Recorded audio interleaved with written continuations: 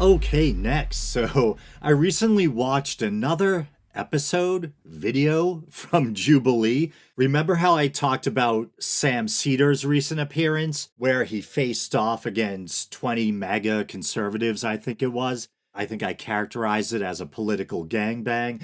But now the same thing happened, but it was Dr. Mike. If you're not familiar, Dr. Mike is this popular YouTuber who has yes, the name implies, is also a medical doctor. He's a pretty cool guy, very knowledgeable, very humble and patient at the same time. And so he faced off against, I think it was 20 anti vaxxers. And I'm not really going to spend any time discussing or debating vaccines. Talking about immigration and religion, as I always do, are kind of divisive or divisive enough. I was more interested in the kind of spiritual or religious views espoused by some of the people he was engaging with. And just very quickly, for those who are wondering, me personally, I don't have any problem with vaccines. I'm open to the idea that some of them may have side effects and that there's, certain risks with just about anything you put in your body or consume. But I think they've been a net positive and continue to be for society, helping to eradicate or keep at bay a number of very dangerous and devastating contagious diseases. But vaccines, as important as I personally think they are, aren't really the hill I want to die on. That sound, was there a morbid joke in there? I don't know. But, because during the pandemic, the whole country seemed to be divided over the topic of vaccines. And it was a very stressful time, one that I don't feel like revisiting by getting into heated debates over vaccines. So I let you guys know how I feel about them, and however you feel is how you feel. But now on to the Jubilee clips. And this first clip, I think it's about a minute and 20 something seconds. And the guy Dr. Mike is talking to, I don't know if he's a black Hebrew Israelite or what, but he has these certain views about Africa and natural medicine, etc. But here we go. And now I don't think it's just the vaccine. It's the system that's perpetuating this type of lifestyle. Yes, that child who was even in the hospital under those fluorescent lights, I'm not surprised that they had a seizure before, because this is an environment that is not conducive to life. This thing that I'm wearing on my chest is called an ankh. Y'all replace this. Y'all replaced our cultures. This life representing thing, you replace it with death culture. This is not a healthcare system, it's a sick care system. And honestly, I cannot sit here in good faith and not represent all of the people who have come before me.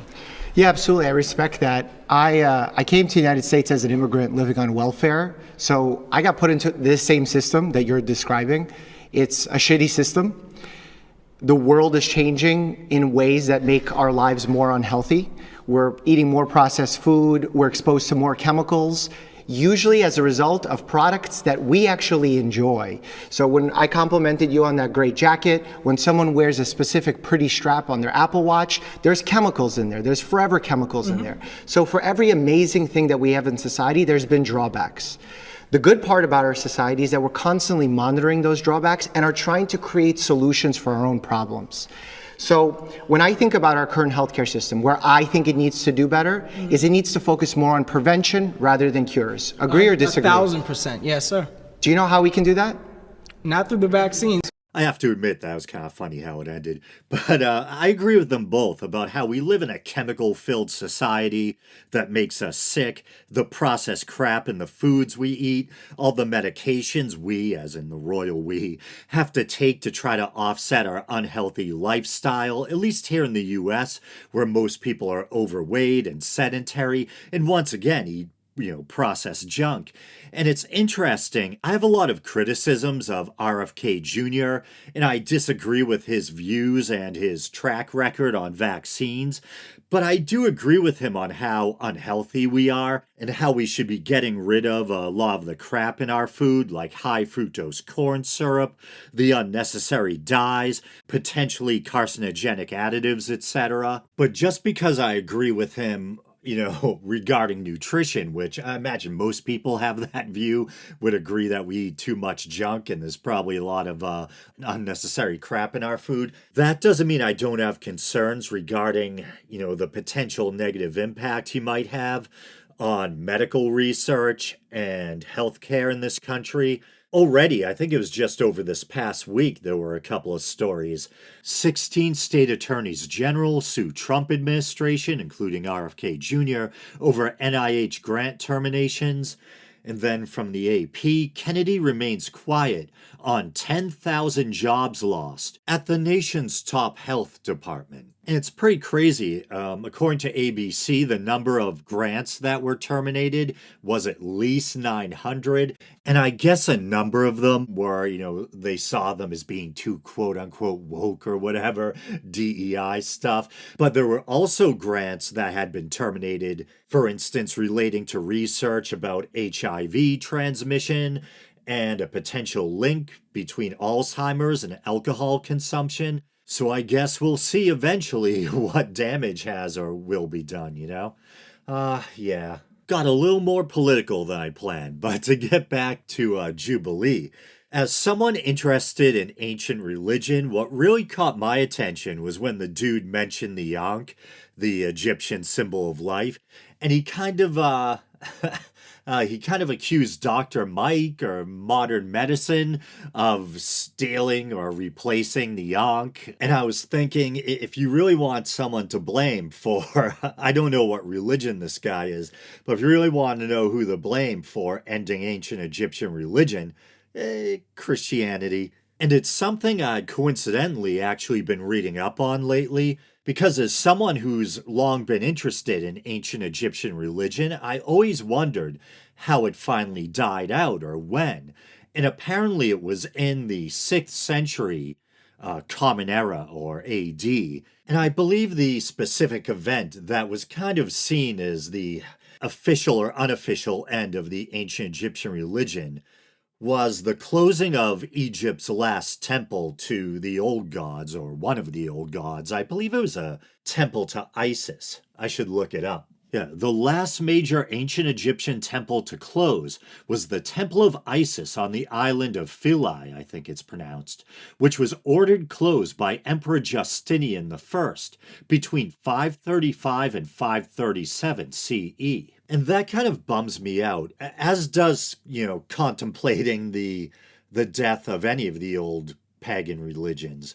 You just have these really rich belief systems with all these different gods, and they just die out or get stamped out. And their gods get relegated to the realms of imagination and mythology. But I think all gods are imaginary, so I guess in a sense, what's the difference? Well, I guess we don't actively celebrate them.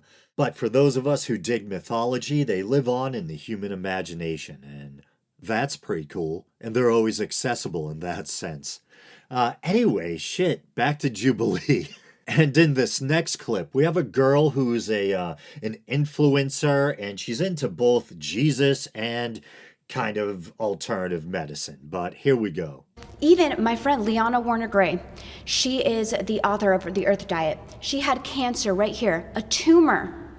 And she got healed through organic foods. She is a huge promoter of RFK and Maha. And she talks about how this is the way to heal the world, is through the natural medicine of God.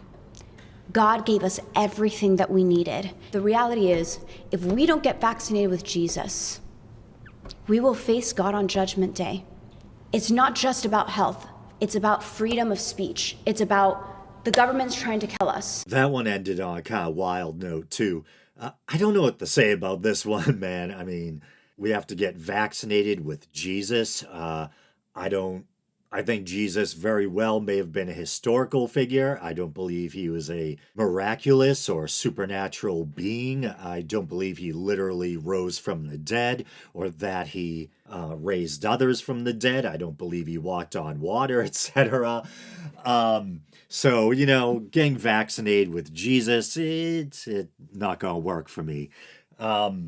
And the thing about organic foods and cancer, it's like, I think a healthy diet can't hurt, but I don't think, eating organic chickpeas or whatever it is going to cure everyone's cancer. If only it was that easy, you know? Yeah, pretty wild. And to revisit nutrition, I don't think the government is killing us with vaccines, but I think they might be killing us with things like corn subsidies and, high fructose corn syrup, etc. And this is just me personally. I'm not going to make fun of someone for being vaccine hesitant or having concerns, etc. But just me personally, I'm honestly much more concerned about the potential long-term adverse health effects that might be a result of my less than stellar diet or from the chemicals and additives that are in the food I'm consuming than I am from whatever's going into my arm when I get the occasional vaccine. And once again, that's just me personally. I'm not going to make fun of anyone for feeling differently.